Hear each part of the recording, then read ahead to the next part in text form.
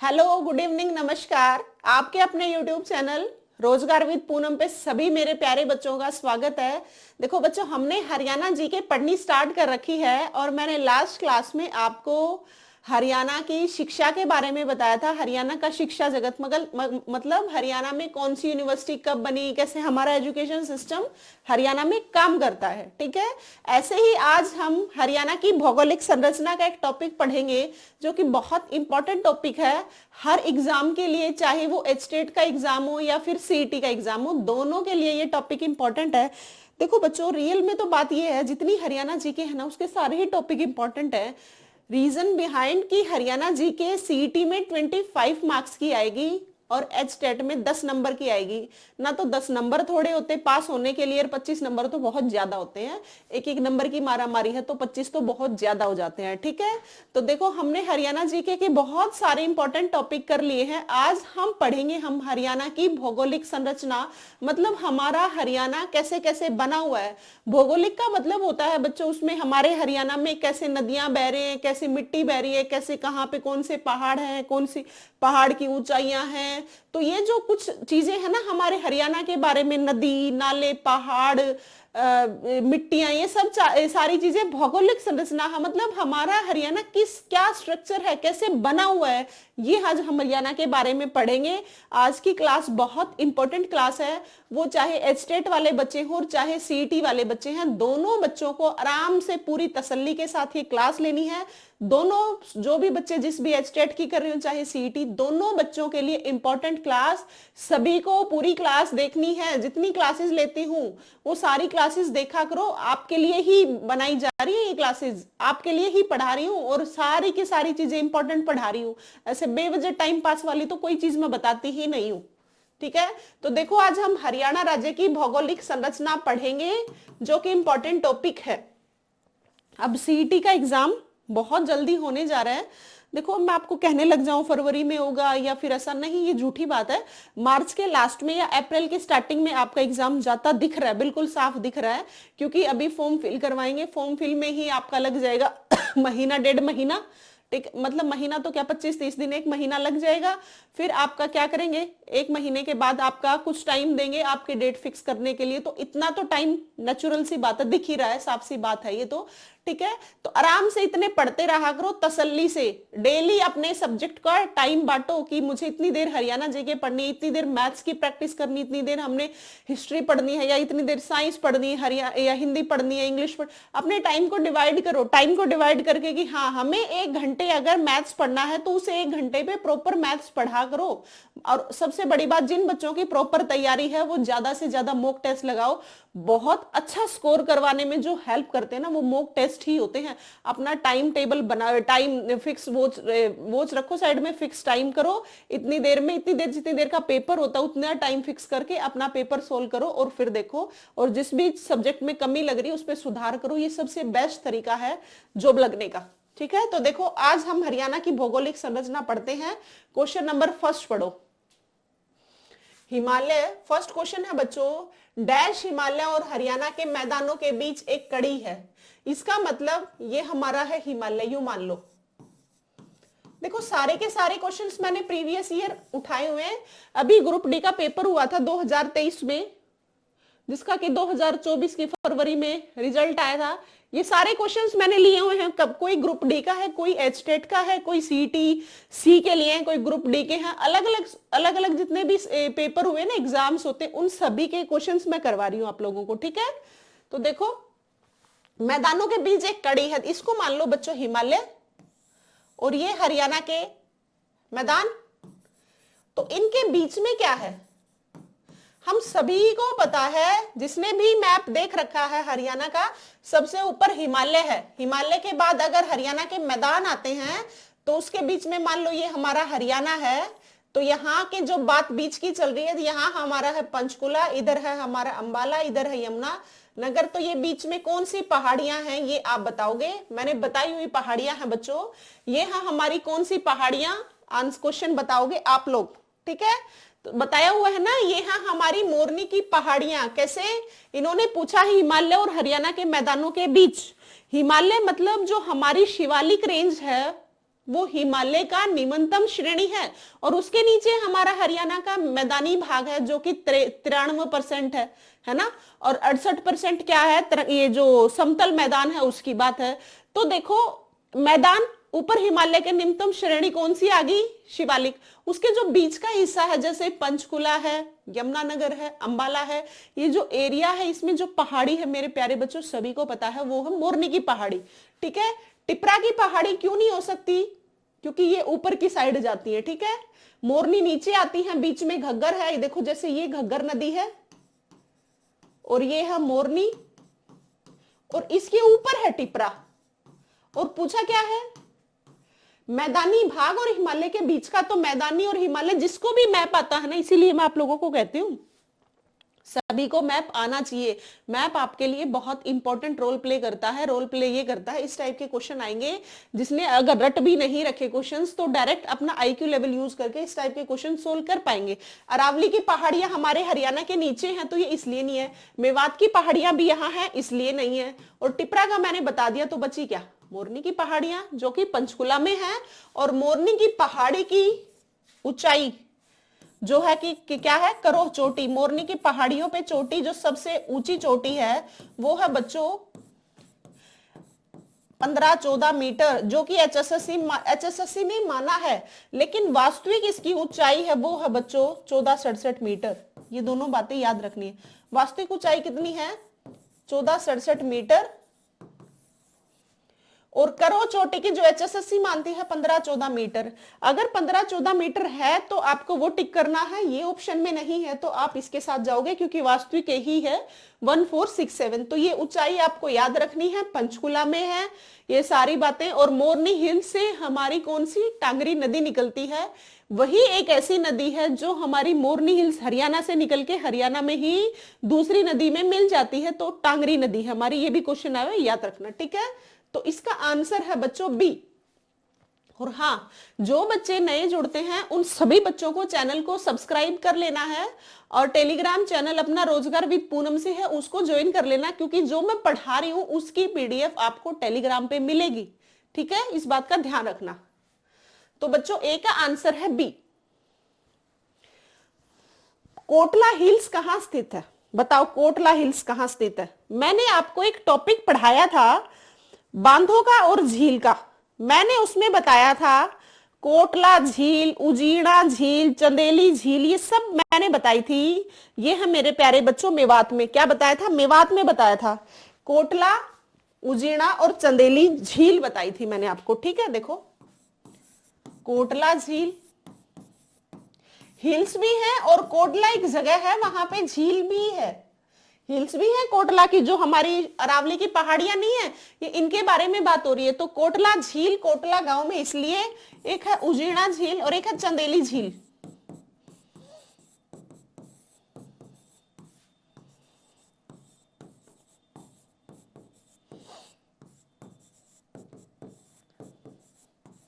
कोटला झील, उजीड़ा झील, चंदेली झील, ये तीनों कहाँ है, ये है मेरे प्यारे बच्चों मेवात में। इसका मतलब मेवात का एक गांव है कोटला, और वहीं पे जो मेवात की पहाड़ियां जिसे हम अरावली हिल्स बोलते हैं, वहीं की उस पहाड़ी का नाम दे दिया कोटला हिल्स। और ये कोटला हिल्स कहाँ है, ये है मेरे प्यारे बच्चों मेवात में। ये तीनों झील भी याद रखना। तो कोटला जब पता है मेवात में है, तो कोटला की जो पहाड़ी है ये भी कहाँ होंगी, नूह जिला में, नूह जिले में कोटला हिल्स है। ठीक है, पहले इसका नाम था मेवात, 2017 में जैसे गुड़गांव का नाम गुरुग्राम कर दिया, ऐसे ही मेवात का नाम नूह कर दिया।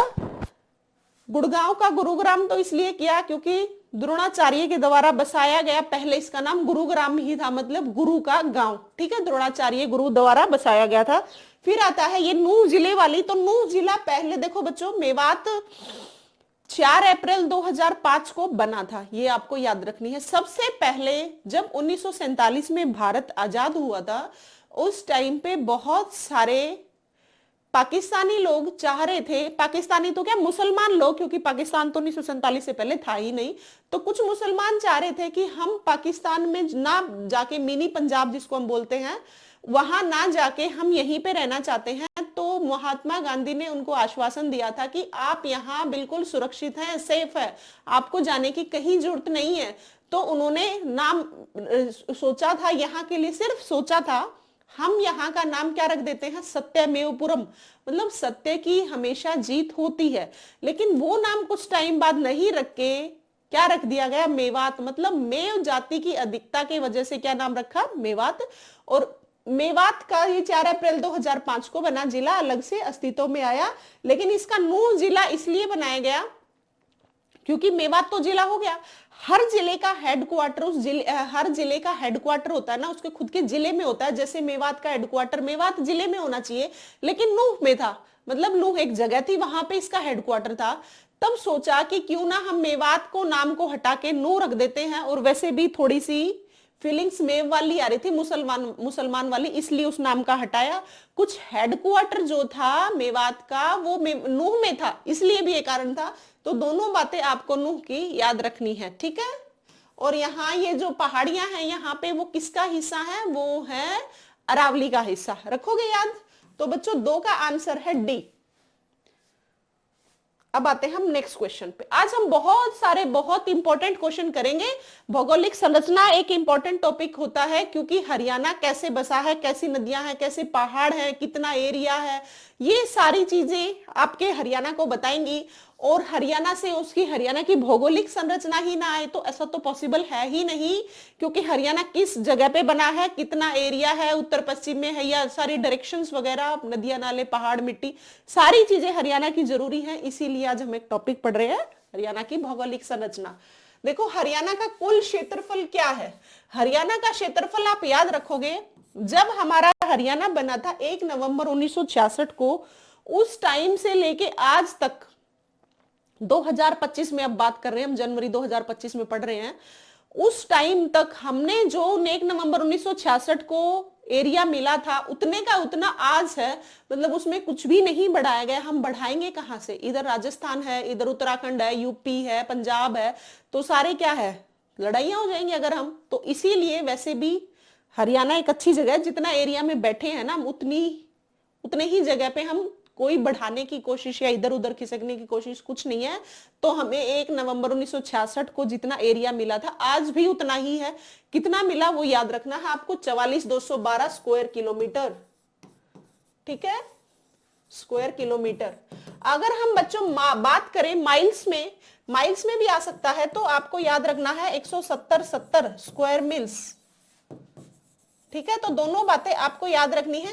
अगर किलोमीटर में आए तो याद रखोगे 44,212 स्क्वायर किलोमीटर, और माइल्स में आ गया तो आपको याद रखना है 170 स्क्वायर माइल्स, ठीक है। तो ये दोनों बातें आपको याद रखनी है। और आपको ये भी याद रखना है, जो हमारा हरियाणा है पूरे भारत का कितने परसेंट है, मतलब एरिया पूरे भारत का हरियाणा का कितने परसेंट एरिया है, वो आपको याद रखना है। वो है मेरे प्यारे बच्चों 1.3% क्षेत्रफल, मतलब परसेंट में पूरे भारत का हरियाणा कितने परसेंट है, पूरे भारत का एरिया में हरियाणा 1.34% है। मतलब हरियाणा का क्षेत्रफल है पूरे भारत का कितना, 1.34%। 3 बार ये बात बोल दी, उम्मीद है अब ये याद रहेगी, याद रखोगे ना। 44,212 स्क्वायर किलोमीटर, किलोमीटर में आ गया तो ये वाला, माइल्स में आ गया तो ये वाला 170 स्क्वायर माइल्स, ठीक है। 44,212 स्क्वायर किलोमीटर, है ना। एक और बात सुनना, यहाँ पे हमारे हरियाणा की जो भौगोलिक संरचना है वो किस हिसाब से बनी है, मतलब किस हिसाब से हमारा हरियाणा बना हुआ है, क्वेश्चन एक ये आता है, ठीक है। तो आपको ये याद रखना है, हमारा जो हरियाणा है उसकी भौगोलिक दृष्टि से हरियाणा को 3 इकाइयों में बांटा गया है। भौगोलिक दृष्टि से हरियाणा को कितनी इकाइयों में बांटा गया, 3 इकाइयों में। आपको याद रखनी है, वो है 3 इकाई कौन कौन सी है, लिखो एक बार साथ के साथ, ये पेपर में आता है क्वेश्चन बार बार। ये हो गया ना याद, इरेज कर रही हूं मैं। 44,212 स्क्वायर किलोमीटर, 170 स्क्वायर माइल्स। देखो बच्चों, हमारा हरियाणा की भौगोलिक दृष्टि से हमारा हरियाणा 3 इकाइयों में बटा हुआ है। एक तो है कुरुक्षेत्र, एक है हरियाणा, और एक है भट्टियात क्षेत्र। मतलब हमारा हरियाणा भौगोलिक दृष्टि से 3 हिस्सों में बटा हुआ है, 3 इकाइयों में।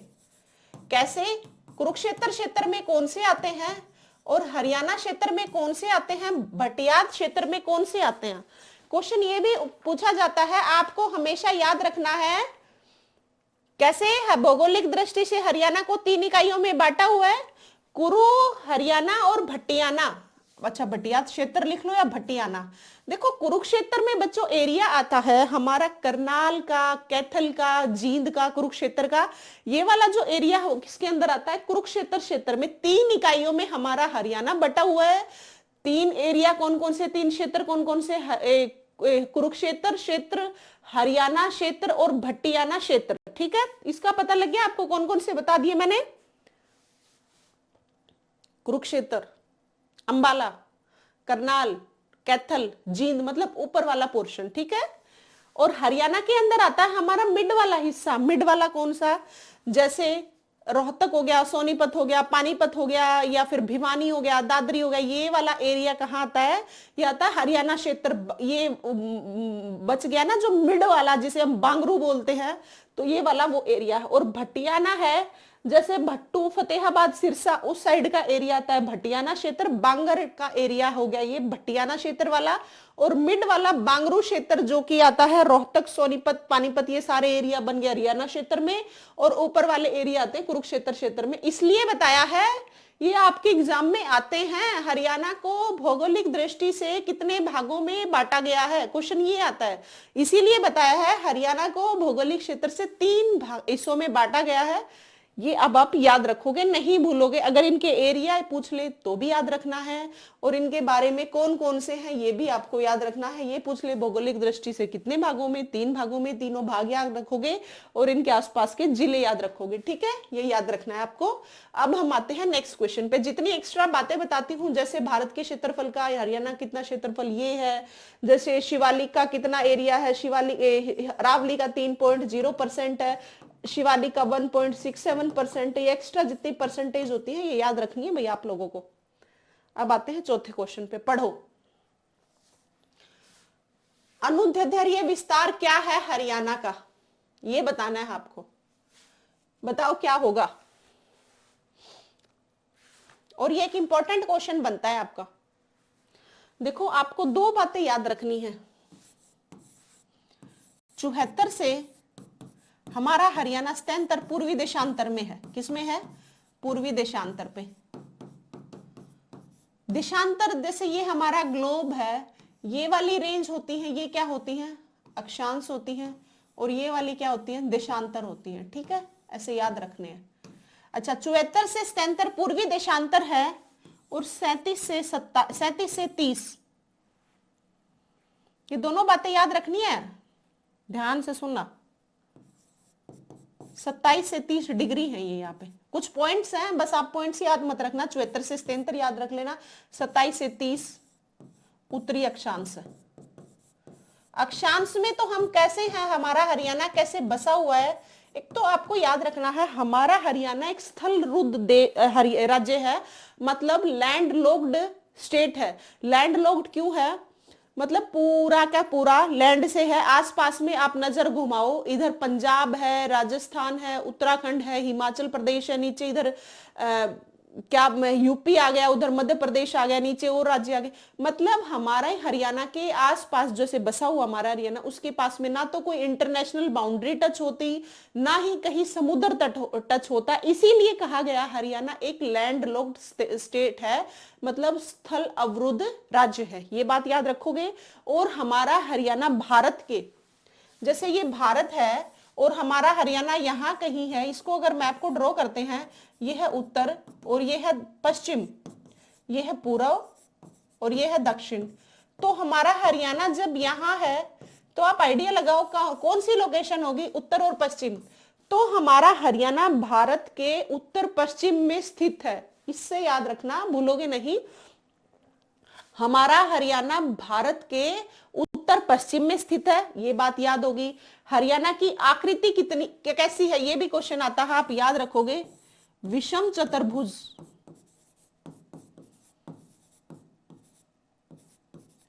विषम चतुर्भुजाकार। ठीक है, याद रखोगे, आकृति भी विषम चतुर्भुजा आकार। ठीक है, ये भी आप याद रखोगे। हमारा हरियाणा भारत में कहाँ स्थित है? उत्तर पश्चिम में स्थित है। अब आते हैं अक्षांश और देशांतर पे। हरियाणा हमारे किस देशांतर में है और किस अक्षांश में है? तो आप याद रखोगे 74 से 77 क्या है? पूर्वी देशांतर है। जब देशांतर की बात करें तो ये पूर्वी याद रखना है, पूर्वी देशांतर में है। अक्षांश पूरे ग्लोब की बात कर रहे हैं हम। और 27 से 30 उत्तरी अक्षांश में है, ये याद रखोगे। हमारा हरियाणा 74 से 77 पूर्वी देशांतर में और 27 से 30 उत्तरी अक्षांश में है, ये याद रखने हैं। अक्षांश और देशांतर भी, ठीक है। और शेप कैसी है? विषम चतुर्भुजाकार है। और पूरे भारत के कैसा है, कहां पे स्थित है? उत्तर पश्चिम में स्थित है, ये बात याद रखोगे। और एक ये याद रखोगे, ऐसे पूछा जाता है किस देश के बराबर हरियाणा का क्षेत्रफल है? मतलब किस देश के इक्वल हरियाणा का क्षेत्रफल है? आपको याद रखना है जितना डेनमार्क देश है ना, जितना उसका एरिया है उतना ही हमारे हरियाणा का एरिया है, ये भी आपको याद रखनी है। एक बार फिर से सुनो सारी बातें। हरियाणा का जो एरिया है वो डेनमार्क देश जितना एरिया है, मतलब क्षेत्रफल हरियाणा का डेनमार्क देश जितना हो गया। आकृति कैसी है? विषम चतुर्भुजाकार। स्थित कहाँ है? उत्तर पश्चिम में। 27 से 30 उत्तरी अक्षांश है और 74 से 77 पूर्वी देशांतर है। आगे डिग्री के कुछ और भी है, जैसे कि 27 और 36 है, ये भी आपको याद रखने हैं। मतलब याद ना रखोगे तो भी चल जाएगा, बस 74 77 पूर्वी देशांतर ये पीछे लिख देते हैं कई बार उलझाने के लिए, लिख देंगे 74 से 77 उत्तरी अक्षांश दक्षिणी देशांतर, ऐसे नहीं। याद रखोगे 74 से 77 पूर्वी देशांतर है और 27 से 30 उत्तरी अक्षांश है, ठीक है। तो इसका आंसर है बच्चों बी। ये एक्स्ट्रा बातें हैं, ये याद रखना क्यों है, कैसे है, ये मैंने बता दी है। क्वेश्चन है 5th, पढ़ो। हरियाणा के दक्षिण में कौन सा राज्य स्थित है? टीजीटी 2023 का पेपर हुआ था, उसमें आया था हरियाणा के दक्षिण में। देखो मेरे को मैप तो ड्रॉ नहीं करने आते, लेकिन मैं बस आपको ऐसे आइडिया, रफ आइडिया दे दूंगी। ये हमारा हरियाणा है, समझना एक बार। हमारा हरियाणा है, यहां पे टच होता है पंजाब और यहां पे टच होता है राजस्थान। हमारी हरियाणा की सबसे ज्यादा जो बाउंड्री टच होती है राजस्थान के साथ ही टच होती है, 1262 किलोमीटर, ठीक है। इसका मतलब हमारा हरियाणा सबसे ज्यादा टच हो रहा है, वो किसके साथ हो रहा है? राजस्थान के साथ, ठीक है। और ये अलग यहाँ पे यमुना नदी है और यहाँ पे है मेरे प्यारे बच्चों पूर्व में हरियाणा के है यूपी, और इसके ऊपर है ना वो है हिमाचल प्रदेश। उत्तर में हिमाचल प्रदेश, हिमाचल प्रदेश से हमारा ओनली पंचकुला जिला टच होता है। और यहाँ कहीं है हमारा उत्तराखंड, उत्तराखंड जो कि हमारे हरियाणा के यमुना नगर की बाउंड्री टच होती है उत्तराखंड के देहरादून के साथ। सबसे कम डिस्टेंस जो मतलब दूरी जो टच करता हमारा हरियाणा उत्तराखंड के देहरादून के साथ 11 किलोमीटर। और हमारा हरियाणा सबसे ज्यादा टच किसके साथ होता है? राजस्थान के साथ, जिसका एरिया कितना है, कितना हम टच होते हैं राजस्थान से? 1262 किलोमीटर, ठीक है। तो ऐसे याद रखना है। तो पूछा गया है, अब देखो दक्षिण में, अब आप ऐसे बना लो दक्षिण में कौन सा है, तो दक्षिण में तो राजस्थान ही है ना। अब पूछा जाए पूर्व में कौन सा है, तो आप याद रखोगे पूर्व में कौन सा? यूपी है। और दक्षिण ये क्या है? पश्चिम, और ये है उत्तर। तो उत्तर में क्या है? हिमाचल। और उत्तर पश्चिम में पूछ लिया जाए तो पंजाब। इस हिसाब से ये वाला रफ जो मैप बनाया है इसको अपने दिमाग में सेट रखना, क्योंकि इस दिमाग में इसको सेट रखोगे तो डायरेक्शन किसी भी, यहाँ पे तो दक्षिण की पूछी गई है, यहाँ पे आपसे पूर्व की भी पूछ सकते हैं, यहाँ पे आपके उत्तर की भी पूछ सकते हैं, पश्चिम की भी पूछ सकते हैं, पश्चिम दक्षिण की भी पूछ सकते हैं, उत्तर पश्चिम की पूछ सकते हैं। तो इस हिसाब से जो भी आपके आगे क्वेश्चन होगा, अगर आपको ये रफ मैप पता होगा, जो भी है ये मैप है इसको आप ध्यान रखोगे, अगर आपको ये मैप आता होगा थोड़ा बहुत भी, तो आप सही से आंसर टिक कर पाओगे। अब आप यहां से आइडिया लगा रहे होगे हरियाणा के उत्तर में, सॉरी पूर्व में कौन है? उत्तर प्रदेश। और उत्तर पश्चिम में कौन सा है? पंजाब। तो दक्षिण में क्या हुआ? गुजरात से हम कहीं टच होते ही नहीं, तो क्या हुआ दक्षिण में? राजस्थान। ठीक है बच्चों, इस हिसाब से याद रखना है आपको। कर लोगे? ये याद रखना है। 5 का आंसर है बच्चों बी।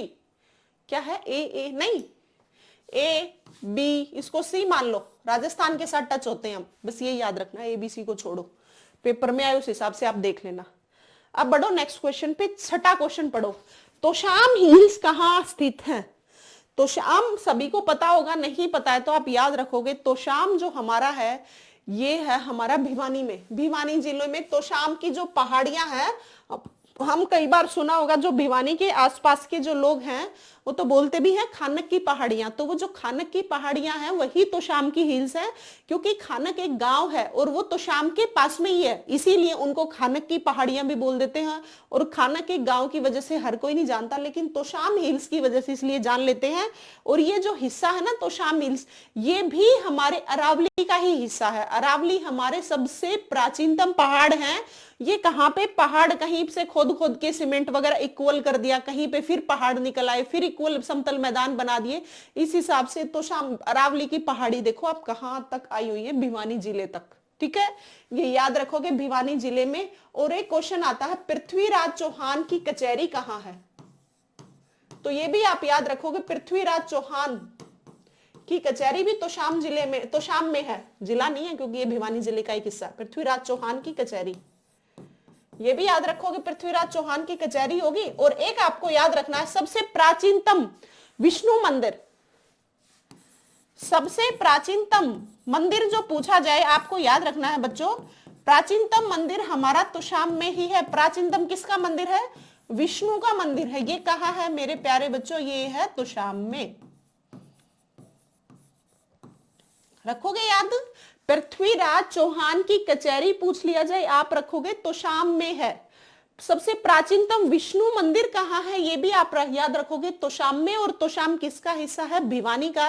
और भिवानी ये जो हिल्स है ये किसका बचा हुआ हिस्सा है, ये है बच्चों अरावली का। तो ये भी आपको बात याद रखनी है, ये एक्स्ट्रा बातें हैं ये भी आप याद रखोगे। अब आप मुझे ये बताओ भिवानी जिला कब बना, इतनी बार बताई हुई बात है, भिवानी जिला कब बना। भिवानी और सोनीपत एक ही डेट थी, बताओ कौन सी थी।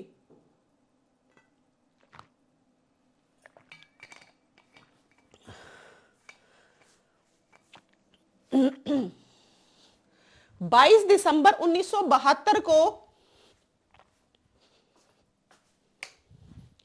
22 दिसंबर 1972 को हमारा हरियाणा का भिवानी और सोनीपत जिले बने थे, ये आप बात याद रखोगे। 72 को। TITS कहाँ है, technology institute of textile sciences, TITS है हमारा भिवानी में। धर्मार्थ न्यासों का शहर कौन सा है, भिवानी। भारत की छोटी काशी कौन सी है, भिवानी। ये सारी बातें आप याद रखोगे। 6 का आंसर है सी। अब आते हैं हम 7th क्वेश्चन पे। शिवालिक पर्वत श्रृंखला हरियाणा के विकास किस हरियाणा के विकास नहीं, हरियाणा के किस भाग में स्थित है, क्वेश्चन है ये हमारा। तो आप बताओ, शिवालिक पर्वत जो हमारा ये हरियाणा है, यहाँ पे शिवालिक रेंज है हमारी और यहाँ अरावली रेंज है।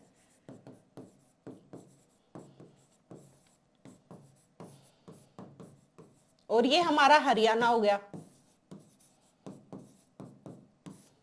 और ये हमारी शिवालिक रेंज हो गई। और ये कितनी परसेंट है हमारे हरियाणा में, 1.67%। और ये कितनी है, 3.09%। अब क्वेश्चन को पढ़ो और उसके अकॉर्डिंग आंसर दो। शिवालिक पर्वत श्रृंखला हरियाणा के किस भाग में स्थित है। अब इसके भाग की डायरेक्शन बना लो। ये हमारा क्या है, उत्तर। और ये हमारा क्या है, पश्चिम। और ये हमारा क्या है, पूर्व। और ये हमारा क्या है, दक्षिण। तो देखो यहां हमारा पंचकुला है, इधर हमारा यमुनानगर है, इधर अंबाला है। इसी एरिया में हमारी क्या है, शिवालिक का हिस्सा है। तो ये कौन सा है ये बता दो आप। अब आप शिवालिक रेंज का आंसर क्या हुआ, मैंने आपको पूरा मैप ड्रॉ कर दिया है, अब आप बता पाओगे। उत्तर हो गया और पूर्व हो गया। और यही मैंने बताई हमारी शिवालिक रेंज है। तो उत्तर और पूर्व हिस्से में हमारी क्या होगी, शिवालिक पर्वत श्रृंखला। यही क्वेश्चन है, शिवालिक पर्वत श्रृंखला हरियाणा के किस भाग में स्थित है। रटना नहीं है, समझना है। ये हमारे उत्तर पूर्व में है। और उत्तर 6-7 का आंसर है सी। उत्तर पूर्व में कैसे हैं देख लो। ये हमारा हरियाणा, ऊपर है उत्तर, नीचे है दक्षिण, इधर पश्चिम, इधर पूर्व। मैंने सिर्फ डायरेक्शन लिखी है, हरियाणा के बीच में ड्रॉ कर दी। ये हरियाणा हो गया, ठीक है। अरावली रेंज नीचे है जो कि 3.09% है। और ऊपर है हमारी शिवालिक रेंज 1.67% है। और मैंने बताया है आपको हमारी यहाँ शिवालिक श्रृंखला है और उत्तर और पूर्व के बीच में होगी तो ये आंसर बता दिया। ठीक है, इस हिसाब से जो ये मैं मैप रफ ड्रॉ कर रही हूँ ना, इनको समझते चलना। ऐसे ही मैंने समझे थे तभी मुझे सारी बातें याद हुई थी, और ऐसे ही आप समझ लेना, सारी बातें याद हो जाएंगी। ठीक है, अब बढ़ो नेक्स्ट क्वेश्चन पे। बढ़ने से पहले मेरी बात सुनोगे बच्चे सभी, जो भी बच्चे एचटेट की तैयारी कर रहे हैं उनके लिए साइकोलॉजी का मैंने पूरा सिलेबस करा दिया है।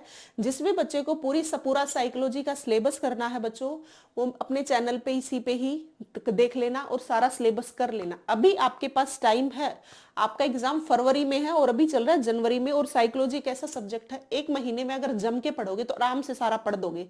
तो जो भी बच्चे पेड कोर्स नहीं ले सकते हैं वो बच्चे फ्री क्लासेस बिल्कुल है यूट्यूब पे, अपनी सारी क्लासेस को देख लेना, सारा सिलेबस कवर हो जाएगा। फिर मैंने साइकोलॉजी के कुछ प्रीवियस ईयर पेपर कराए थे, उनमें भी मैंने क्या बताया था, जितने पेपर किस तरीके से पेपर आए तो आपको कैसे सोल्व करना है, बट वो वही सोल्व कर पाएंगे जिसने सारा सिलेबस कर रखा है। ठीक है, जिसने सिलेबस कर लिया वो सारे के सारे प्रीवियस ईयर पेपर जरूर देख के जाना। जो भी बच्चे सोचते हैं, चाहे सीईटी वाले चाहे स्टेट वाले, कि हम प्रीवियस ईयर पेपर के किए बगैर हम चले जाएंगे, तो ये आपकी सिर्फ और सिर्फ गलत फहमी है। ऐसा आप नहीं कर सकते, क्योंकि आप वहां जाने के बाद फंसोगे कि पेपर को सोल्व कैसे करना था, टाइम की मैनेजमेंट कैसे करनी थी। ठीक है, और किस टाइप से डायरेक्ट आंसर ना दिया हो तो उससे रिलेटेड बात दे रखी हो तो हमने कैसे टिक करना है। और अब हम साइकोलॉजी का प्रीवियस ईयर पेपर कराए मैंने कुछ, फिर अभी हमारे पास कुछ टाइम बच गया तो मैंने सोचा कि हम कुछ टॉपिक वाइज पैटर्न फॉलो किया हमने। जैसे हमने ग्रोथ एंड डेवलपमेंट, जिस बच्चे ने टॉपिक पढ़ रखा टॉपिक वाइज क्वेश्चन कर रहे हैं। फिर मैंने लर्निंग के टॉपिक कराए, मैंने इंटेलिजेंस के टॉपिक के क्वेश्चन करवा रही हूँ। टॉपिक तो पहले करा दिए, तो इन तीनों टॉपिक के मैंने जिसने पढ़ रखे हैं उनके क्वेश्चंस कराए हैं, तो वो भी सभी बच्चों को क्लास देखनी है। ठीक है, अभी चल रही है जो सीरीज, ये बहुत काम आएगी आपके पेपर में। और जो भी आपके छोटे भाई बहन पढ़ना चाहते हैं एचटेट को या फिर सीईटी को, तो मेरे चैनल को सभी बच्चे ज्वाइन कर लेंगे। और जो नए जुड़ते हैं वो भी सभी को सब्सक्राइब कर लेना है चैनल। ठीक है, और हरियाणा जीके की मैंने एचटेट के लिए प्रीवियस ईयर क्वेश्चन करवाए हुए हैं हरियाणा जीके के, और अब सीईटी वाले और हरियाणा जीके एचटेट वाले दोनों बच्चों के लिए हरियाणा जीके चल रही है। हर तीसरे दिन एक क्लास लेके आती हूँ मैं, रोज हरियाणा जीके की क्लास नहीं ले रही हूँ। जिस दिन लेके आती हूँ उन बिल्कुल दमदार कंटेंट लेके आती हूँ कि आपके पेपर में अगर ये मेरी चीजें पढ़ के चले गए, डेफिनेटली आप पेपर में अच्छा स्कोर कर पाओगे। 23, 24, 25 में से आराम से ऐसे ही पढ़ते रहना। जब जब क्लासेस लेती हूँ सारी क्लास देखा करो, हर एक क्लास इंपॉर्टेंट है आप लोगों के लिए। ठीक है, अब आओ क्वेश्चन पे। हरियाणा राज्य का विशालतम भू आकृतिक क्षेत्र है। हरियाणा राज्य, जैसे ये हमारा हरियाणा है, जिसने नदियों का टॉपिक पढ़ा था, मैंने नदियों का टॉपिक 3 क्लास में किया था, विद मैप कराया था। फिर मैंने एक झीलों का बांधों का टॉपिक किया था, वो सभी बच्चों को करके जाना है, फंसोगे नहीं। और उनमें मैंने मैप भी समझाया था, मैप से भी 2-3 क्वेश्चन सोल्व आउट कर पाओगे। जैसे कि हमारा फर्स्ट क्वेश्चन था, जिसको मैप आता होगा वही सोल्व कर पाएगा। तो देखो हमारी इधर जाती है घग्गर नदी, जो कि हरियाणा में से ही जाती है, और इधर है हमारी यमुना नदी। तो बताओ अब किसका क्षेत्र हुआ, हमारा हरियाणा। इधर हमारी घग्गर नदी जाती है, इधर हमारी यमुना नदी जाती है। हमारा हरियाणा का क्षेत्र दोआब क्षेत्र है, मतलब 2 नदियों के बीच का क्षेत्र है। मतलब 2 और आब मतलब पानी, तो 2 नदियों के बीच का क्षेत्र है हमारा हरियाणा। ऊपर से हमारी पंचकुला से एंटर करती हुई लास्ट में राजस्थान में निकल जाती है। हरियाणा के कुछ जिलों से ये है घग्गर नदी, और हरियाणा और यूपी को बीच में नेचुरल बाउंड्री बनाती हुई है हमारी यमुना नदी। तो दोनों के बीच का क्षेत्र है हमारा समतल मैदान हरियाणा का। अब देखो भू आकृतिक मतलब भूमि की जो आकृति है वो कैसे है। दक्षिण में अरावली पर्वत श्रृंखला है, लेकिन विशालतम ज्यादा हिस्सा किसका है, घग्गर यमुना का मैदान है हमारा हरियाणा। ठीक है, अभी बताया दोआब क्षेत्र हरियाणा का, ऊपर घग्गर, और इधर वाली साइड क्या है, यमुना नदी। तो घग्गर और यमुना नदी दोआब क्षेत्र हरियाणा, और 8th का आंसर है बी। ये इसीलिए है, ये बात याद रखना। ठीक है, अब आते हैं नेक्स्ट क्वेश्चन पे। 9th क्वेश्चन पढ़ो। हरियाणा भारत के किस हिस्से में स्थित है। अभी थोड़ी देर पहले बताया था मैंने। मान लो ये हमारा भारत है पूरा, और ये इसके डायरेक्शंस हैं, उत्तर है, पूर्व है, पश्चिम है, और ये इधर है दक्षिण। ठीक है बच्चों, तो हमारा हरियाणा यहां कहीं स्थित है, तो डायरेक्शन क्या हुई, उत्तर और पश्चिम की। ठीक है, तो हरियाणा भारत के किस हिस्से में स्थित है, ये याद रखोगे, हरियाणा भारत के उत्तर पश्चिम में स्थित है। तो 9th का आंसर हो गया। ऐसे पढ़ना है, रटना नहीं है, डायरेक्शंस ऐसे याद करोगे, हरियाणा भारत के उत्तर पश्चिम में, उत्तर पश्चिम में, उत्तर पश्चिम में। पेपर में जब बैठते हो ना, दिमाग पे इतना प्रेशर होता है कि उत्तर पश्चिम, उत्तर पूर्व, दक्षिण पश्चिम सब बराबर लगेंगे। तो इसीलिए ये तरीका बताया है। ऐसे पूरे भारत को ड्रॉ कर दिया, आइडिया ले लिया रफली, उत्तर दक्षिण, उत्तर पश्चिम, और हरियाणा यहाँ है तो क्या डायरेक्शन बनी, उत्तर पश्चिम की बनी, और ऐसे टिक कर दिया। इस हिसाब से करोगे तो भूलोगे नहीं, और रटोगे डायरेक्शंस को तो पक्का फंसोगे। और हमेशा आदत होती है पेपर में जब बैठते हैं, दिमाग हमारा बहुत, एक तो हमें प्रेशर होता है दिमाग पेपर के टाइम पे कि टाइम जा रहा है, टाइम जा रहा है। ये प्रेशर सबसे ज्यादा बच्चों के पेपर में आते हुए क्वेश्चंस जो गलत करते हैं ना, वो यही रीजन होता है। एक तो पेपर में आता हुआ क्वेश्चन कम, एक तो टाइम का मैनेजमेंट नहीं कर पाते, एक कंफ्यूज रहते हैं कि टाइम जा रहा है, टाइम जा रहा है। इसीलिए इस टाइप से अपने दिमाग में सेट रखना, आराम से फिर पेपर कर पाओगे। इसीलिए कहा जाता है मॉक टेस्ट लगाया करो, क्योंकि उससे स्पीड भी बढ़ेगी, एक्यूरेसी भी बनेगी। इसीलिए कहा जाता है मॉक टेस्ट बहुत जरूरी है हर बच्चे के लिए। तो बच्चों 9th का आंसर है डी। अबाउट 10th क्वेश्चन पे, हरियाणा के अरावली की पहाड़ियों का सबसे ऊंचा क्षेत्र है, ये हरियाणा, इधर शिवालिक, शिवालिक की सबसे ऊंची चोटी है करो, जो कि पंचकुला में है, मोरनी हिल्स का हिस्सा। अभी बताया था 1514 करो चोटी, 1514 या 1467 मीटर। बार बार बताने का ये फायदा होता है, याद हो जाएंगे ये सारी डेट। ऐसे ही हमें पढ़नी पड़ी थी, ऐसे ही आप लोगों को भी पढ़नी पड़ेंगी। और ये हिस्सा है अरावली का, और अरावली की, महेंद्रगढ़ की, अरावली ये जो हिस्सा नीचे वाला, यहाँ कहीं महेंद्रगढ़ है, और महेंद्रगढ़ में एक सबसे ऊंची चोटी है जिसका नाम है ढोसी की पहाड़ी। ठीक है, ढोसी की पहाड़ी, या ढोसी लिख दो या धोसी लिख दो, वैसे रियल में है ढोसी की पहाड़ी, पहाड़ी। और इसमें यहाँ पे कुलताजपुर गांव है, याद रखोगे, कुलताजपुर गांव भी आता है। कुलताजपुर गांव की में ढोसी की पहाड़ी है, और जिसकी ऊंचाई है 652 मीटर ऊंची। ये सारी बातें याद रखना। ऊपर शिवालिक, पंचकुला, करो चोटी 1514 या 1467 मीटर, दोनों में से एक आएगी, दोनों नहीं आएंगी। HSSC इसको मानता है, वास्तविक में, रियलिटी में ये है। ठीक है, फिर नीचे है अरावली हिल्स, और अरावली हिल्स में यहाँ एक महेंद्रगढ़ जिला है, और महेंद्रगढ़ जिले में हमारा एक क्या है, कुलताजपुर गांव है, और कुलताजपुर गांव में ढोसी की पहाड़ियां हैं, और वहां पे एक करो की चोटी है। ठीक है, सॉरी, ढोसी की पहाड़ी है, यहाँ पे एक चोटी है कुलताजपुर गांव में, और ये कितनी है, 652 मीटर ऊंची है। याद रखोगे। अब पढ़ो क्वेश्चन को, अब अपने आप टिक कर पाओगे। अरावली की पहाड़ी के नीचे वाले की बात की गई है, मतलब ढोसी हिल्स या ढोसी की पहाड़ियां। ढोसी लिखा है, ढोसी लिखा है, ये लिखने में तो ऐसा ही काम कर देते हैं। दोनों आपको ध्यान रखना है, कहीं सोचो कि मैम ने तो ढोसी बताया था, यहाँ ढोसी लिख दिया, तो इसमें डिफरेंशिएट करना आपको आना चाहिए। मेवात नहीं, टिपरा नहीं, टिपरा ऊपर है, करो भी ऊपर है। ठीक है, तो ढोसी की पहाड़ी है, और ये है कहाँ, जिला पूछ ले तो महेंद्रगढ़, गांव पूछ ले तो कुलताजपुर, और है कितनी, 652 मीटर ऊंची। तो ये हो गए हमारे 10 क्वेश्चन। अब अगला क्वेश्चन पढ़ो। हरियाणा के लगभग 300 मील उत्तर में स्थित है, ये क्वेश्चन आया हुआ भाई, और नया क्वेश्चन था, सीईटी में पहली बार ये क्वेश्चन पूछा था। आप बताओगे, हरियाणा के लगभग 300 मील उत्तर में स्थित है, जो हमारा हरियाणा है उसके ऊपर कितने मील में स्थित है, क्वेश्चन ये पूछा गया है।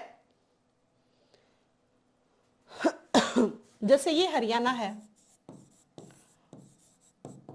और हरियाणा के ऊपर से यहां से हमारी कर्क रेखा जाती है। कर्क रेखा, मकर रेखा, जिसने ज्योग्राफी पढ़ रखी है वो अच्छे से बता पाएंगे। तो क्वेश्चन ये है, हरियाणा के कर्क रेखा के लगभग 300 मील ऊपर उत्तर में स्थित है। कर्क रेखा, ये आंसर है इसका। 300 मील ऊपर उत्तर में पूछ ले तो याद रखना कर्क रेखा है। ठीक है, ग्रीनविच तो नीचे हो गया, मकर और भूमध्य तो बहुत नीचे गया। तो 11th क्वेश्चन देखो, शिवालिक की पहाड़ियां हरियाणा के किस जिले में नहीं पाई जाती। अभी जब जिसने बच्चे ने मैप पढ़ा हुआ है, बताओ अब वो क्या नहीं बता पाएगा। इसीलिए कहती हूँ मैप बहुत जरूरी है हरियाणा का। अरे बहुत छोटा सा मैप है, इंडिया का ही बच्चे बहुत इजीली पढ़ पाते हैं। मुझसे पूछे तो मैं रात को सोई हुई भी बता दूंगी, और इंडिया का तो छोड़ो, वर्ल्ड का भी बता दूंगी। तो हरियाणा तो बहुत छोटा सा हो गया ना, तो इसका मैप तो आपको करके जाना पड़ेगा जब आप हरियाणा जी के 25 मार्क्स की पेपर में आ रही है, तो आपके लिए बहुत जरूरी है। देखो ये हरियाणा हो गया और ऊपर शिवालिक, यहाँ पे हमारा पंचकुला, इधर हमारा यमुनानगर, इधर हमारा अंबाला, ये तीनों शिवालिक का हिस्सा है। और क्या है, सिरसा, सिरसा सो इधर कहीं जाके है, तो सिरसा तो इसका नहीं है भाई। शिवालिक की पहाड़ियां किस जिले में नहीं पाई जाती? सिरसा में नहीं पाई जाती, आंसर है 12th का बी। यमुनानगर में पाई जाती है, पंचकुला में भी मिलती, अंबाला में मिलती, लेकिन सिरसा में शिवालिक की पहाड़ियों का कोई आसपास भी नहीं है। ठीक है, तो याद रखोगे 12th का आंसर है बी। जब भी शिवालिक रेंज के लिए जिले पूछ लिए जाए तो आपको 3 जिले याद रखने हैं, वो है बच्चों पंचकुला, यमुनानगर और अंबाला। ठीक है, अब आते हैं नेक्स्ट क्वेश्चन 13 पे। पढ़ो आप क्वेश्चन नेक्स्ट। भैया आज ठंड बहुत है वैसे।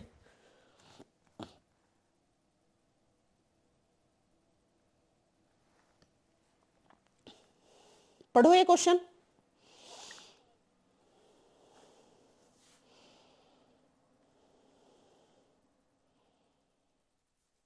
देखो हरियाणा, निम्न में से कौन सा जिले में अर्ध रेगिस्तानी मैदानी क्षेत्र अंतर्गत नहीं आता? जिसने अब नीचे वाले है ना शिवाली अरावली हिल्स पढ़ रखी हैं, वो वहां पे क्या है, अर्ध रेगिस्तानी, कुछ राजस्थान से जो एरिया टच होते हैं ना, क्योंकि राजस्थान में रेगिस्तान है ना, थार का जो थार का डेजर्ट है वो राजस्थान में ही तो है।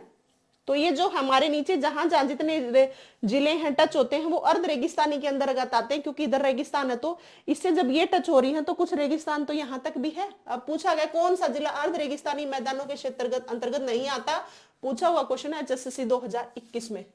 तो कौन सा नहीं आता? इधर हमारा है हिसार, हिसार से थोड़ा आगे बढ़ के फतेहाबाद, फतेहाबाद के थोड़ा सा हिस्सा आगे बढ़ के सिरसा, और ये तीनों के तीनों राजस्थान से टच होते हैं। जब राजस्थान में रेगिस्तान है तो जो जिले हमारे हरियाणा के राजस्थान से टच होंगे तो क्या उनमें रेगिस्तान नहीं होगा? उनमें भी होगा, लेकिन करनाल तो यहाँ कहाँ जाके है, तो फिर करनाल इसके अंतर्गत नहीं आता। 13 का बच्चों आंसर है ए। अर्ध रेगिस्तानी जितने हमारे हरियाणा के राजस्थान से जो जिले टच होते हैं वो सारे अर्ध रेगिस्तानी जिले कहलवाएंगे, लेकिन करनाल तो हमारा बीच का हिस्सा है। बांगरू क्षेत्र अभी बताया था जो मैंने, हरियाणा क्षेत्र जो बोला था वो वहां का हिस्सा है, अर्ध रेगिस्तानी का हिस्सा नहीं है। तो बच्चों 13 का आंसर है ए। बहुत इंपॉर्टेंट क्लास है आज की। जब सारे टॉपिक्स पढ़ जाओगे, हरियाणा कैसे कहां बसा हुआ है, कहां रेगिस्तान है कहां नहीं है, ये भौगोलिक नदी कहां है, मिट्टी कैसी है, सारी चीजें नहीं पढ़ के जाओगे तो कैसे हरियाणा के बारे में मेन टॉपिक ही नहीं पढ़ोगे तो और टॉपिक से कैसे बात बनेगी? तो एक टॉपिक इंपॉर्टेंट है, एक टॉपिक हरियाणा की नदियों का मैंने 3 क्लास में पूरा करवाया था, झीलों का, बांधों का, वो टॉपिक भी जरूर करके जाना। हरियाणा का अपवाह तंत्र जो लिखा था ना, उसमें सारे जो क्वेश्चन बन सकते हो मैंने सारे प्रीवियस ईयर पेपर के और एक्सपेक्टेड जितने क्वेश्चन बन सकते हो मैंने सारे क्वेश्चंस करवाए हुए हैं। बच्चों क्लास जरूर देख के जाना, आप लोगों के लिए बहुत इंपॉर्टेंट है। देखो अरावली की पहाड़ियां डैश से नहीं गुजरती है, HSSC 2021 में पूछा हुआ क्वेश्चन है। अरावली की पहाड़ियां हमारे हरियाणा से तो गुजरती है भाई, और गुजरात से भी गुजरती है, क्योंकि अरावली हिल से गुजरात से, दिल्ली से, पंजाब, राजस्थान से, इन सब से तो है भाई। तो कौन से नहीं है ये पूछा गया क्वेश्चन। अरावली की जो हिल्स है ना, अरावली हिल्स हमारे हरियाणा से, राजस्थान से, राजस्थान का जो माउंट आबू नहीं है वो माउंट आबू अरावली की पहाड़ी पे ही है। ठीक है, और गुजरात का भी बहुत सारा हिस्सा अरावली हिल्स का है। दिल्ली का भी जो ये रायसीना की पहाड़ी है ये भी अरावली का हिस्सा है। तो ये हरियाणा तो अरावली का पड़ते ही, हम नीचे मेवात है, फरीदाबाद है, ये सारी होगी। दिल्ली का रायसीना की पहाड़ी होगी, गुजरात राजस्थान का माउंट आबू, गुजरात भी, लेकिन पंजाब अरावली की पहाड़ी से रिलेटेड नहीं है। तो बच्चों 14 का आंसर है डी। ठीक है, अब देखो 15th क्वेश्चन। हरियाणा का एकमात्र हिल स्टेशन डैश में स्थित है, पेपर में आया हुआ क्वेश्चन है। अभी बताया था हिल स्टेशन हमारे हरियाणा के ओनली पंचकुला में है। मोरनी हिल्स है, करोह चोटी है, 1467 या 1514 मीटर ऊंचाई है। देखो कितनी बार एक बात को बोल दिया तो क्या आपको याद नहीं होगी? डेफिनेटली आपको याद होंगी। एकमात्र हिल स्टेशन है मोरनी हिल स्टेशन। मोरनी हिल्स हमारी कहां है? पंचकुला में। तो 15th का आंसर है सी। अब बढ़ो नेक्स्ट क्वेश्चन की साइड। शिवालिक पहाड़ियां हरियाणा के निम्नलिखित में से किस जिले में स्थित हैं? आराम से बता पाओगे। अभी बताया था हमारा पंचकुला, अंबाला, यमुनानगर तीनों शिवालिक रेंज का हिस्सा है। तो बताओ क्या होगा? रोहतक का तो भाई शिवालिक से कोई लेना देना है ही नहीं है। शिवालिक के लिए पूछा जाए तो अंबाला टिक करोगे, और अरावली से पूछ सकते हैं, हम गुरुग्राम को सोच सकते थे, लेकिन पूछा गया शिवालिक। शिवालिक से रिलेटेड हमारे 3 जिले पंचकुला, अंबाला, यमुनानगर याद रखने हैं, ठीक है। तो 16th का बच्चों आंसर है बी। अब आ गए हम 17 क्वेश्चन पे। अब भाई बच्चों बहुत सर्दियां हो रखी है, एक तो ठंड से सभी बच्चों को बच के रहना है, आराम से रजाई में पढ़ने का सबसे बेस्ट मौका है। अब आप देखो खुद, अब जब क्लास लोगे अब आप खुद देखना, आइडिया लगाना, जब आप पढ़ रहे होगे आसपास में डिस्टरबेंस बहुत कम है, सब लोग अपने आराम से घरों में रह रहे हैं, रजाई में दुबक के। देखो जिनको ड्यूटी जाना वो तो जाना ही पड़ता है, एक जिम्मेवारी होगी, ठीक है। लेकिन जहां तक पॉसिबल है रात को टाइम से ही खाना हो जाता है सर्दियों में, है ना, बजाय कि गर्मियों में थोड़ा टाइम लग जाना। रात को जो टाइम है ना सर्दियों में जो पढ़ने का, बहुत लंबी लंबी रात होगी, लगभग घरों में 8 बजे तक खाना हो जाता है। अगर आप 8 बजे से लेके 11 बजे तक भी पढ़ोगे ना तो 3 घंटे वो बिल्कुल बिल्कुल बहुत ही आपके लिए महत्वपूर्ण टाइम है। क्योंकि आप अगर 11 बजे सोते हो, 6 बजे उठते हो, तो भी आपके पास 7 घंटे हैं। और मेरा ऐसा मानना है पढ़ने वाले बच्चे के लिए 6 घंटे बहुत हैं, एनफ है। 6 घंटे आप लोगों के लिए, उससे ज्यादा सो रहे हो तो आप अपने फ्यूचर के साथ खिलवाड़ कर रहे हो। अब आज जैसा आज आप पढ़ोगे वही आपका फ्यूचर डिसाइड होगा कि आप आगे क्या बनने वाले हो। फिर सोते रहना जिंदगी भर अगर कुछ किया ही नहीं तो फिर कोई नहीं पूछने वाला, ठीक है। तो अभी जो सर्दियां चल रही हैं इसमें बेस्ट मौका है पढ़ने का। मैं बहुत पढ़ती थी भाई, मैं पूरा फायदा उठाती थी, फटाफट शाम का खाना बनाया और फटाफट खाया, फटाफट बैठ जाती थी। मैं 7 बजे बैठ जाती थी, 11-12 बजे तक पढ़ती थी। मैं ऐसे नहीं करती मैं सारी रात पढ़ती थी, नहीं, मैं उन बच्चों में से नहीं हूँ कि सारी रात पढ़ती थी, नहीं, मैं दिन में पढ़ने वाले बच्चों में से हूँ। मैं रात को पूरी अपनी 6 घंटे की प्रॉपर नींद लेती थी। जो बच्चा रात को 6 घंटे प्रॉपर नींद ले लेता, वैसे बहुत बच्चे ऐसे भी हैं जो रात भर पढ़ाई करके दिन में सोते हैं, लेकिन मैं उनमें से नहीं थी। मैं उन बच्चों में से थी जो दिन में पढ़ती थी और रात को आराम से 11-12 बजे सोती थी, 6 बजे उठती थी। तो ये जो टाइम है ना 3-4 घंटे का, शांति होती है बहुत ज्यादा इन दिनों में। गर्मियों में तो फिर भी कूलर वगैरह, पंखे वगैरह आवाज आती है, अब तो किसी भी चीज की आवाज नहीं आती। अपने कहीं पे भी छोटा मोटा जैसा रूम मिले ना, वैसे बहुत घरों में सेपरेट रूम ना भी मिले तो कोई इसमें दुख वाली बात नहीं होती। घर वाले सर्दियों में फटाफट रजाई में दुबक के सो जाते हैं, ठीक है। और ना वो जब बच्चा पढ़ रहा होता ना कभी पेरेंट्स लाइट के लिए कहते कि लाइट ऑफ कर दो, उनको खुशी होती है कि हमारा बच्चा पढ़ रहा है ना। तो अपना उस टाइम का भरपूर फायदा उठाया करो, आपके बहुत काम आएगा। और सर्दियों में तो सबसे ज्यादा पढ़ाई होती है, गर्मियों में तो हम परेशान हो जाते हैं, गर्मी लगने लग जाती है, कभी हम छत पे घूमते, कभी हम गली में घूमते, कभी हम हवा कर रहे होते, लाइट ना हो, तो ऐसी प्रॉब्लम आती है। लेकिन सर्दियों में तो ऐसी कोई मजबूरी होती ही नहीं है। आराम से रजाई में बैठो, आराम से पढ़ो, सबसे बेस्ट मौका है। नींद आ रही है तो कॉफी चाय बना के अपनी नींद को भगाओ आराम से। अगर आप चाय वगैरह, जैसे मैं पढ़ती थी तो बहुत चाय पी लेती थी, मतलब मैं ऐसा सोचती थी कि कॉफी पीने से नींद चली जाएगी, और जाती भी थी। पता नहीं वो मेंटली आप ऐसा सोच लेते हो या रियलिटी होता है, बट मुझे ऐसा लगता है। फिर आप वापिस से रिफ्रेश हो जाते हो 1 घंटा, फिर जब वो कॉफी या चाय पी के बैठते हो तो दबा के फिर पढ़ पाते हो। ऐसे ही आप किया करो, आपके लिए काफी फायदा रहेगा, ठीक है। और सीईटी में अच्छा स्कोर करोगे तो जॉब लगेगी। सीईटी में अच्छा स्कोर करना बहुत जरूरी है। एक दिन मैंने समझाया था 50 पोस्ट होंगी, 10 गुना ले लिया, सिर्फ टॉप पर 500 बच्चे पेपर दे पाएंगे। फिर करते रहना, सीईटी क्वालिफाई कर दो, सीईटी क्वालिफाई कर दो, फिर बहुत समस्या आ जाएंगी बच्चों। हमें उस समस्या को नहीं देखना, हमें सिर्फ उस बात पे रखना है हम टॉपर में कैसे आ सकते हैं। 10 गुना कर रहे हैं, 8 गुना कर रहे हैं, 4 गुना कर रहे हैं, सीईटी क्वालिफाई, इन बातों पे छोड़ के बातें अपना टॉपर में ध्यान रखो कि मुझे वहां तक जाना है। और जो भी बच्चा ऐसे सोचता है ना कि भाई वो तो पहले से तैयारी कर रहा है, मैं तो अब लगाऊं ना, ऐसा बिल्कुल नहीं होता। हो सकता है वो 2 साल से पढ़ पढ़ के 1 घंटे पढ़ता है और लाइब्रेरी में टाइम पास करके आ रहा होता है। तो ये आप इस चीजों से कभी एस्टिमेट नहीं लगा सकते कि मैंने तो अभी पढ़ाई शुरू की और वो तो बहुत टाइम से पढ़ रहा है तो टॉपर वो आएगा, मैं नहीं आऊंगा ना। अब जो टाइम मिला है ना उसमें डबल पढ़ दो, उससे ज्यादा आप टॉपर बिल्कुल बन सकते हो, ठीक है। तो ये चीजें नहीं होती कि वो बच्चा 3 साल से तैयारी कर रहा है, टॉपर वो आएगा, अब की बार उसकी जॉब लग जाएगी। आपके सामने बहुत बच्चे होंगे अब सीईटी में जो लगे थे, बहुत टाइम से पढ़ने वाले बच्चे रह गए और 1 साल के अंदर बच्चे तैयारी करके लग गए, सिलेक्शन ले गए। तो कहां मैटर की ये बातें, कुछ भी मैटर नहीं करता, बस पढ़ते रहो। मैटर ये करता है आप जो पढ़ रहे हो ना, क्या आप कितना उस पर प्रॉपर फोकस कर पा रहे हो, क्या आप मॉक टेस्ट लगा रहे हो ना, प्रॉपर टाइम का यूटिलाइज कर पा रहे हो ना, तो आप जरूर सक्सेस हो जाओगे। कौन 6 साल से तैयारी कर रहा है, 5 साल से कर रहा है, 4 साल से, भाई वो फेडअप हो जाते हैं पढ़ पढ़ के, फिर उन वो चीजें भूलने लग जाते हैं। और जो बिल्कुल यंग बच्चे होते हैं ना, वो जल्दी याद करते हैं और सफल भी जल्दी होते हैं। वैसे तो कोई भी सफल हो सकता है, मैं ये सब नहीं मानती, बट मैं ये मानती हूँ जो 1-2 साल में जो पढ़ रहे हैं ना, तो उनको डिमोटिवेट नहीं होना, फटाफट खूब पढ़ो और जल्दी सिलेक्शन लेने की सोचो, वही सबसे अच्छी बात है। कोई 35 साल का बच्चा आज पढ़ने बैठ रहा है ना, तो उसको ये सोच के पढ़ना है कि मेरे पास सिर्फ 1-1.5 साल, 2025 मेरा नौकरी का साल होगा और मुझे इतना पढ़ लेना है कि मेरा अब की बार सिलेक्शन हो जाए। तो इतना दबा के खूब पढ़ दो, हो जाएगा सिलेक्शन। बस किसी को मत देखो, बस ये सोचो पेपर में वही आएगा जो मैं पढ़ रहा हूँ, क्या मैं जो एग्जाम से रिलेटेड सिलेबस है वो पढ़ रहा हूँ या नहीं। अगर वही पढ़ रहे हो तो आराम से पढ़ते रहो, रिलैक्स होकर, ना उसको देखो ना दाएं बाएं, लाइब्रेरी में कुछ मत देखो, अपने आप को देखो, जाके डायरेक्ट बैठो और अपना पढ़ के और आ जाओ। ठीक है, कुछ टाइम तक दोस्त वोस्त, घूमने, शादी ब्याह, ये सब इग्नोर करने पड़ते हैं, हर किसी को करने पड़ते हैं, आप कोई एक्सेप्शनल नहीं हो। मैंने भी किए थे, आपको भी करने पड़ेंगे, आपके छोटे भाई बहन पढ़ेंगे उनको भी करने पड़ते, तभी कहीं जाके कामयाबी मिलती है। देखो 17th क्वेश्चन पढ़ो। किस भूगर्भिक काल में हरियाणा राज्य में नदी, नाले, पहाड़ आदि का सुचारू रूप से निर्माण हुआ था? क्वेश्चन है ये, और कैसे याद करना है, ये हमारे कुछ काल है। पहले जो एक काल है, जुरासी काल है, मेसेजोइक काल है, सेनेजोइक काल है।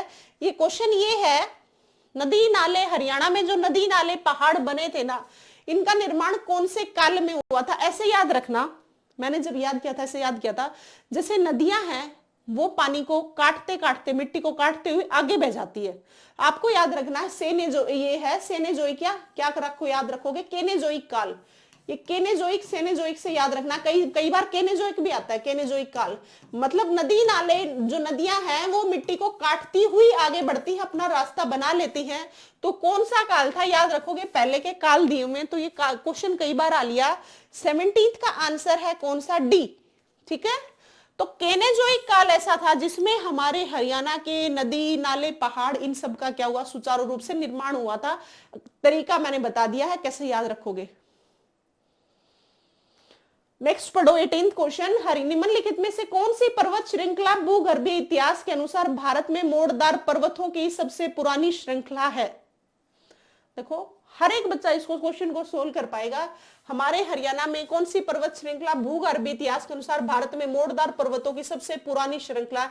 जब भी सबसे पुरानी की बात आ जाए, सबसे प्राचीनतम बताया था मैंने थोड़ी देर पहले भी, हमारी अरावली की पहाड़ियां हैं। और हम पढ़ किससे रिलेट करके? हरियाणा से। हमारे हरियाणा में सतपुड़ा है ही नहीं, सतपुड़ा मध्य प्रदेश में, सतपुड़ा विंध्याचल पर्वत वहां है। ये नीलगिरी की पहाड़ी कहाँ जाके? दक्षिण में, तमिलनाडु की साइड हो गई। विंध्याचल पर्वत फिर मध्य प्रदेश की साइड हो गया। तो क्या बच गया हमारे हरियाणा का? अरावली बच गई। और ऊपर से बात भी तो लिख दी ना, सबसे पुरानी, तो सबसे पुरानी तो यही है। नवीनतम पहाड़ शिवालिक के पहाड़, प्राचीनतम पहाड़ अरावली की पहाड़ी है, ये याद रखोगे। 18th का बच्चों आंसर है सी। बढ़ो अब 19th क्वेश्चन पे।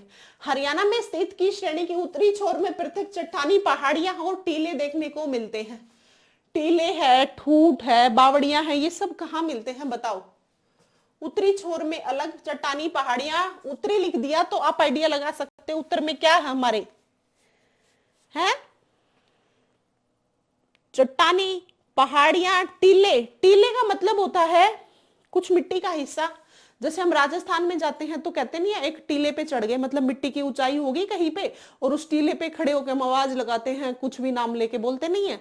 तो वो टीले राजस्थान से टच, और हमारे राजस्थान से कौन सी पहाड़ियां टच? आप आइडिया लगाओ। अरावली की पहाड़ियां हैं।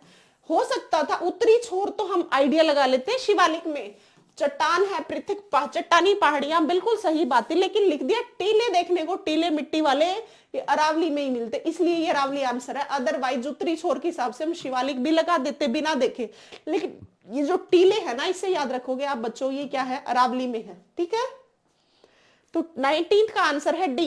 20th क्वेश्चन पढ़ो। महेंद्रगढ़, भिवानी, सिरसा, हिसार, ये सब कैसे क्षेत्र है? उपजाऊ तो नहीं है भाई ये। सूखे चट्टान, रेतीले, बताओ। हमारे हरियाणा की सबसे ज्यादा जो बाउंड्री टच होती है वो होती है किसके साथ? राजस्थान के साथ।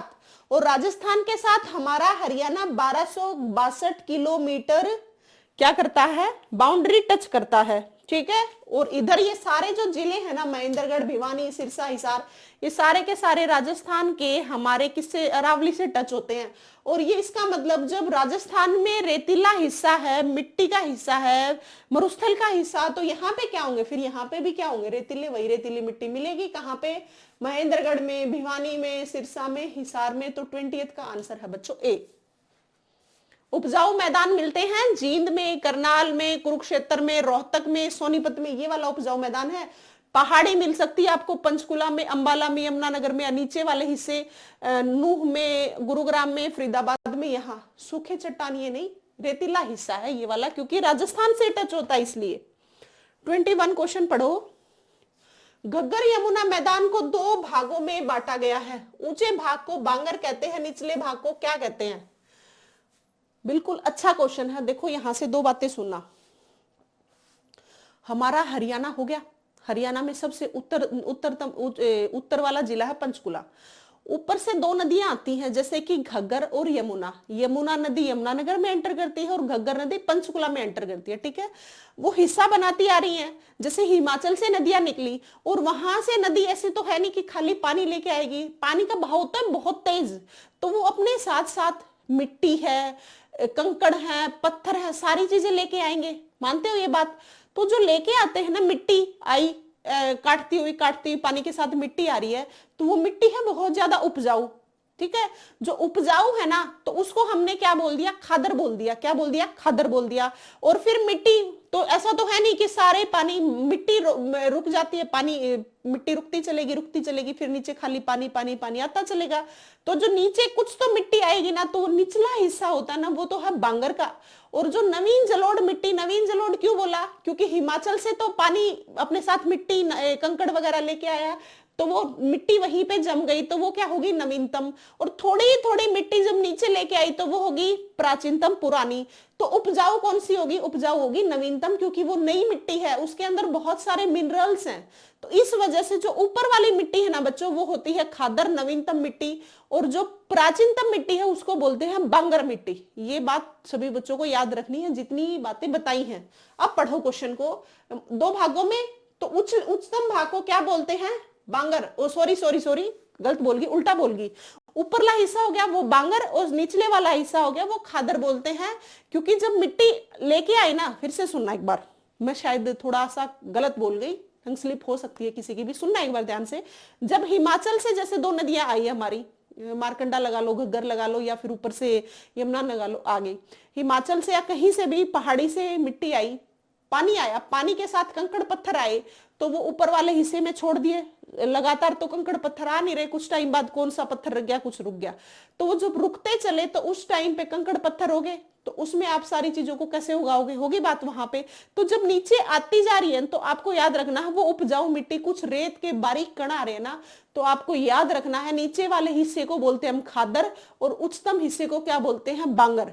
फिर आती है क्या बात, जो खादर मिट्टी होती है ना, वो हमारी बहुत उपजाऊ मिट्टी होती है।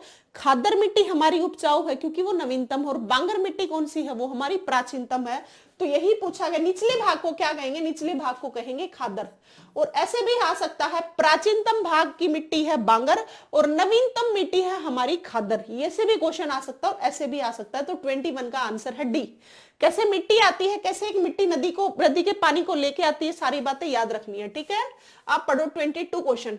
अरावली पर्वत श्रृंखला के उत्तर पश्चिम छोर में स्थित एकमात्र विलुप्त ज्वालामुखी का नाम क्या है? हाँ, ये क्वेश्चन आता है भाई। ज्वालामुखी एक हमारा, ये बताओ कौन सा है? पूछा हुआ क्वेश्चन है। 22 का कौन सा है?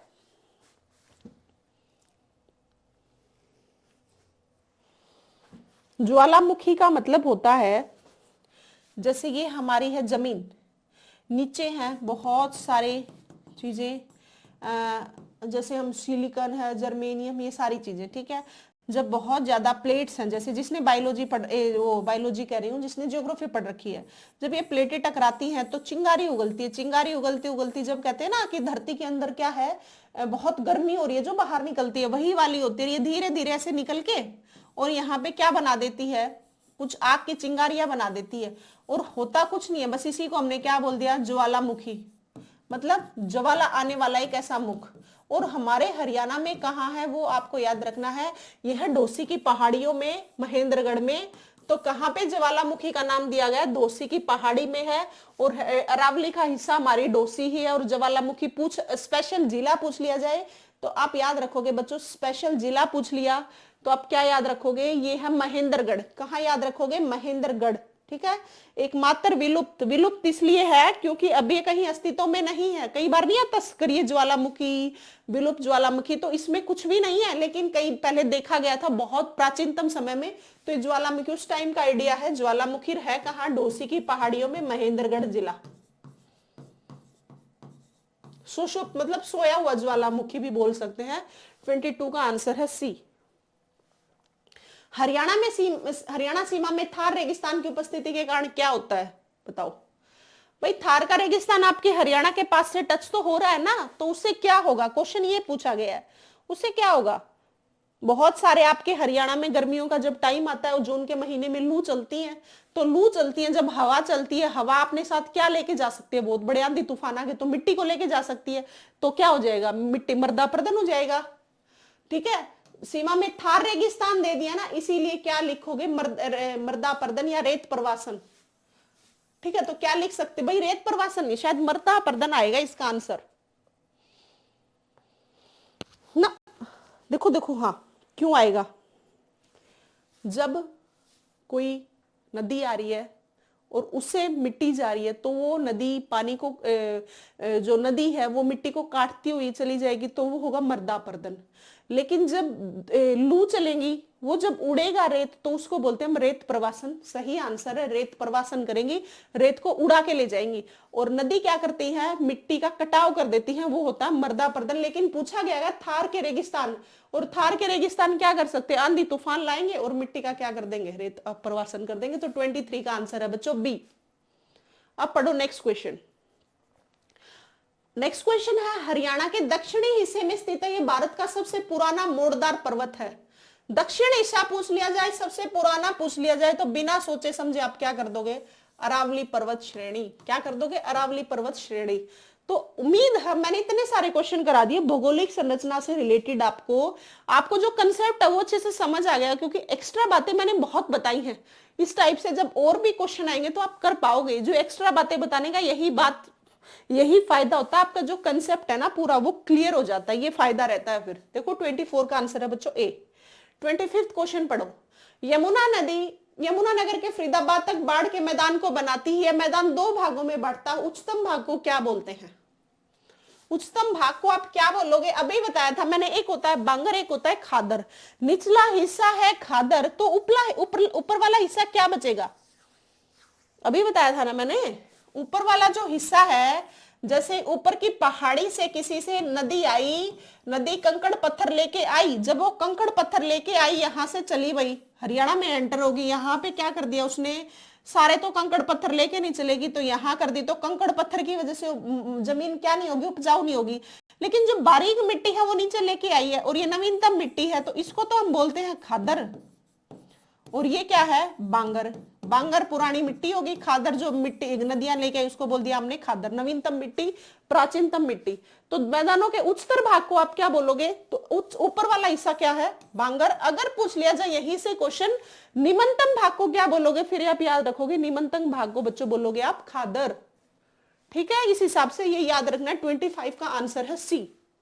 अब बढ़ो नेक्स्ट क्वेश्चन की साइड, 26।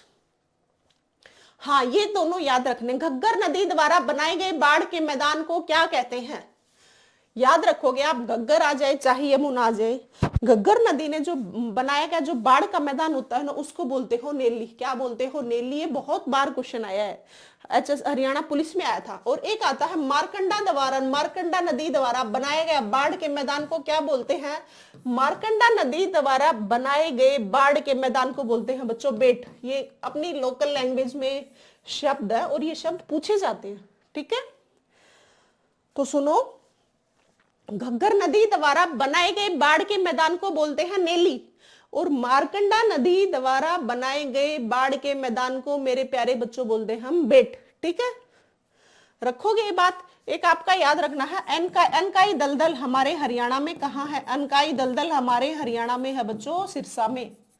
मतलब समुद्र तल से बहुत कम ऊंचाई, सिरसा में। इसका मतलब ये निम्नतम हिस्सा है हरियाणा का, और उसको नाम दे दिया अनकाई दलदल। मतलब पानी से थोड़ा सा ऊंचाई पे है तो वहां पे दलदली क्षेत्र होगा जब पानी होगा, इसीलिए इसका नाम अनकाई दलदल है। कहाँ? सिरसा में। ये बात याद रखनी है। घग्गर नदी द्वारा बनाए गए बाढ़ का मैदान है नेली, और मारकंडा नदी द्वारा बनाए गए बाढ़ का मैदान है बच्चों बेट। पढ़ो अब नेक्स्ट क्वेश्चन, 27वां क्वेश्चन आ गया फिर से। बाढ़ के मैदान को कहेंगे बेट, ठीक है। नेक्स्ट क्वेश्चन है, हरियाणा के उत्तरी भाग में स्थित पहाड़ का नाम बताइए। उत्तरी भाग में तो भाई शिवालिकी है हमारे, और दक्षिण में क्या है? अरावली है। तो 28 का आंसर है सी। नेक्स्ट क्वेश्चन पढ़ो, हरियाणा उत्तर प्रदेश के राज्य मध्य नदी एक प्राकृतिक नदी है, सभी को पता है। पूर्व ये हरियाणा है, ये यमुना नदी है, और ये हरियाणा है, और यूपी इधर है। हरियाणा और यूपी के बीच में नेचुरल बाउंड्री जो बनाती है वो बनाती है हमारी यमुना नदी। तो अगर पूछ लिया जाए हरियाणा के उत्तर में पूर्व में कौन है? यूपी। हरियाणा और यूपी के बीच में नेचुरल बाउंड्री कौन बनाती है? यमुना नदी। इसको आप बोलते हो यम की बहन। यमुना नदी के नाम है ये, यम की बहन कौन सी? आप याद रखोगे यमुना नदी, सूर्यपुत्री। सूर्यपुत्री का ये इसका नाम है यमुना नदी का, यम की बहन सूर्यपुत्री। बंदरपुर चोटी से हिमनद ग्लेशियर से निकल के यमुना नगर में एंट्री करती है कौन सी नदी? यमुना नदी। यम की बहन है, सूर्य की पुत्री है, और यमुना नगर नेचुरल बाउंड्री बनाती है हरियाणा और यूपी के बीच में। यही क्वेश्चन था, तो आंसर है बच्चों 29 का बी। नेक्स्ट क्वेश्चन पढ़ो, लास्ट क्वेश्चन। निम्न में से कौन सा हरियाणा के पूर्वी भाग में स्थित है? हरियाणा के पूर्व में कौन सा भाग स्थित है? बताओ अब आप। हरावली तो है नहीं, ये कोई नहीं भी नहीं आएगा, दो ही बच गए। बताओ पूर्व में क्या? हमारे हरियाणा के पूर्व में है यमुना, और पूर्व में है उत्तर प्रदेश। उत्तर प्रदेश अब भरमार नदियों की, क्योंकि गंगा भी यमुना भी यहीं पे मिलती है यूपी में जाके, तो सारा तो पूर्व में यमुना नदी है। वैसे भी जैसे सोनीपत का इलाका है, पानीपत का, करनाल का है, ये क्या है? ये हमेशा क्या रहता है? पूर्वी बाढ़ का मैदान है ये, और यहाँ पे बहुत अच्छी खेती भी होती है। जैसे करनाल में, सोनीपत में, पानीपत में, ये सारे ये जो कुरुक्षेत्र में है, जींद में, सारे ये कौन सा इलाका है? ये बहुत उपजाऊ इलाका है, और यहाँ पे बहुत ज्यादा चावल भी होते हैं। इसीलिए सोनीपत को तो धान की कटोरी बोलते हैं। जैसे धान का कटोरा करनाल है, यहाँ बहुत अच्छी नदियों का पानी होने की वजह, यमुना नदी का पानी होने की वजह से, बाढ़ का मैदान होने की वजह से सोनीपत को धान की कटोरी बोली जाती है। और बहुत ज्यादा मिलें जो धान का जो चावल बनाती है ना, वो सोनीपत में ही पूछी जाती है। धान की सबसे ज्यादा मिलें कहाँ है? आप याद रखोगे सोनीपत में है। और धान की सबसे ज्यादा वैरायटी कहाँ है? वो याद रखोगे कैथल में है। और धान का कटोरा क्या है? करनाल है, ठीक है। तो इस टाइप से आपको याद रखना है। 30th का आंसर है बच्चों ए। और ये थे आज हमारे क्वेश्चन, बहुत इंपॉर्टेंट क्वेश्चंस। सभी बच्चों को पूरी की पूरी क्लास देखनी है, बहुत इंपॉर्टेंट है वो, चाहे एचटेट वाले बच्चे हो चाहे सीईटी वाले बच्चे हो, ठीक है। और जो भी बच्चे नए जुड़ते जा रहे हैं उन सभी को चैनल अपना सब्सक्राइब कर लेना है। ऐसे ही मैं आप लोगों के सामने इंपॉर्टेंट क्लासेस लेके आती रहूंगी। जैसे हम साइकोलॉजी की क्लास पढ़ रहे हैं, ऐसे ही हरियाणा जी के कुछ टाइम बाद। वैसे मैं मेनली साइंस की टीचर हूँ, ठीक है। मैं एमएससी फिजिक्स हूँ, फिजिक्स में ही मैंने जो किया है और फिजिक्स में ही मेरी जॉब है, ठीक है। तो जितने भी बच्चे हैं वो उनको मैं सीईटी के लिए साइंस पढ़ाऊंगी, ठीक है। तो साइंस पढ़ाऊं, सभी बच्चों को पढ़नी है, क्योंकि आपके सीईटी में जितनी साइंस बन सकती है और जितनी स्टैटिक जीके, जैसे इंडिया की जीके है, पॉलिटी है, जियोग्राफी की, कुछ इंपॉर्टेंट टॉपिक्स, इंपॉर्टेंट पार्ट्स रहेगा जो आपके सीईटी में 15 नंबर का आएगा, वो मैं कराऊंगी आपको। बस साइकोलॉजी का 7-8 फरवरी को निपट जाता है, फिर वही क्लास लिया करूंगी, फिर हरियाणा जीके साइंस ऐसे चलती रहेगी, ठीक है। तो बच्चों, सभी नए बच्चे जुड़ने वाले सब्सक्राइब कर लोगे। ये जो अपनी पीडीएफ है ये आपको टेलीग्राम पे मिल जाएगी। सभी बच्चों को टेलीग्राम चैनल ज्वाइन कर लेना है। रोजगार विद पूनम अपना टेलीग्राम चैनल है। जिसको भी डाउट हो कमेंट सेक्शन में डाल देना। थैंक यू बच्चों।